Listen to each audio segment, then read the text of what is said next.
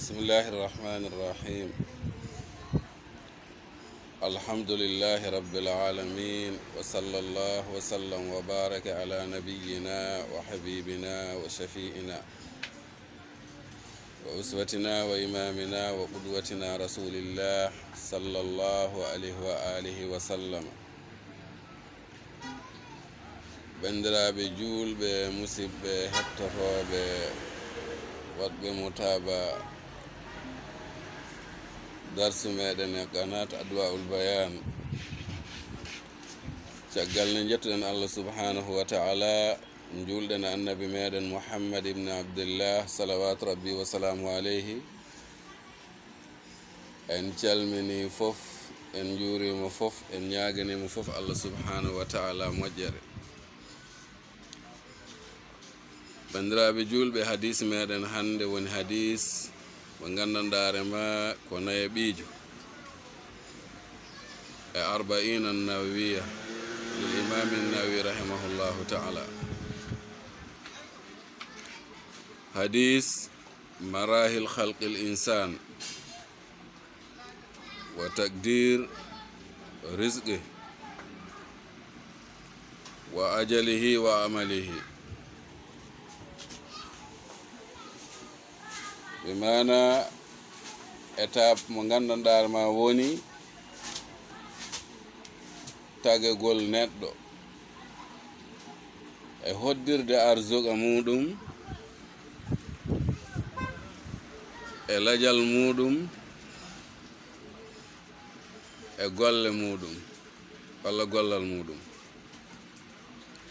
hadis Abdullah ibn Mas'ud radiyallahu ta'ala anhu mo gandanɗare ma ko muttafaqun alayhi, habri ɗum imamul Bukhari e imam Muslim rahimahumullahu ta'ala jami'an. hadis mo gandanɗare ma ko celluɗo fi ghayati sihha, hadis mawɗo no feewi, hadis kulbiniɗo no feewi. o wi kanko Abdullah ibn Mas'ud radiyallahu anhu: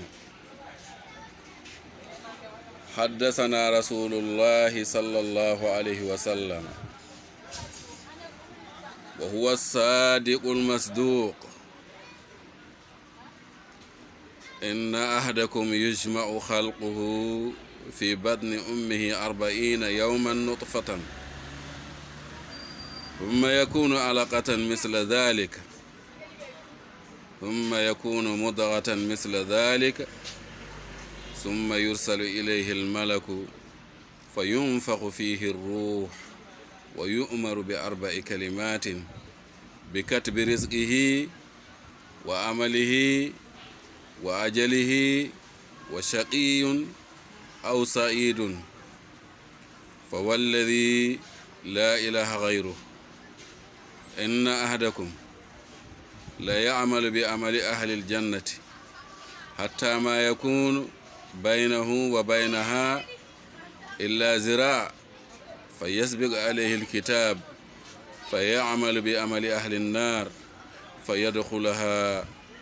وإن أحدكم لا يعمل بعمل أهل النار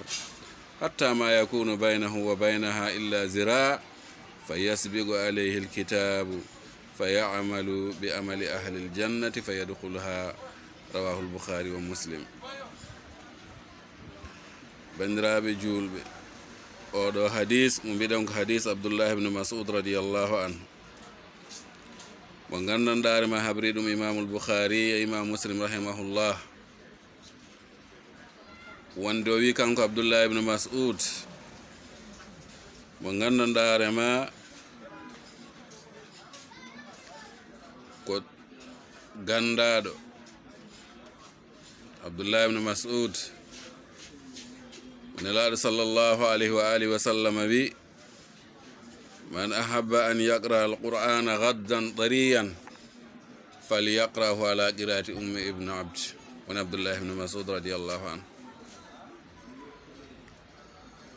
o wi o nani nelaɗo meɗen Muhammad alayhi salatu wassalam wi: inna ahadakum, ay goto e moɗon, walla wi yewtini amen nelaɗo sallallahu alayhi wa sallam: wa huwa sadiqul masduq, kanko woni gonɗuɗo gonɗinaɗo sallallahu alayhi wa sallam. o inelaɗo wi inna ahadakum ayno goto e moɗon yujma one rendine halquhu tago makko fi batni ummihi e reedu nene makko 40 yawman nudfatan fodde balɗe 40 ko toɓɓere summa yakunu alaqatan misla dhalika caggal majjum nde woni toɓɓere o wona balɗe 40 kadi e on waktu ko heɗɗere summa yakunu mudaghatan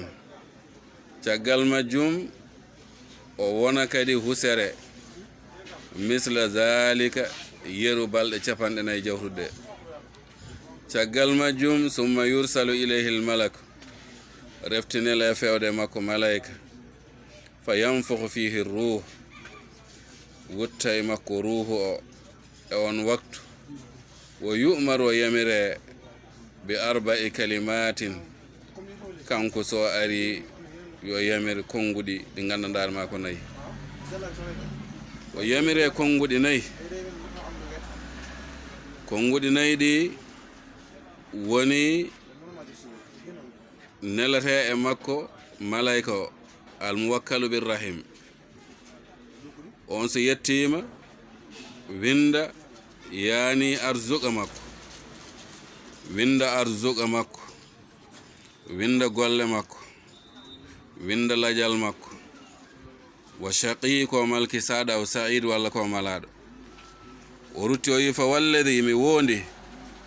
la ilaha dewteɗo ala gayru tana makko dewteɗo ala hay goto e gongal e sasmano e dow leydi ndi sowona kanko famon inna ahadakum goto e moɗon la ya'malu ombo golla bi amali e gollal ahlil jannati yimɓe aljanna hatta ma yakunu baynahu ha mbiya wonata hakkunde makko wa baynaha e aljanna illa zira sawna zira ni woni fa yasbiqu alayhi alkitab ni woni tan woni ala kulli halin ko windano ko arditombo fa ya'malu golla bi amali gollal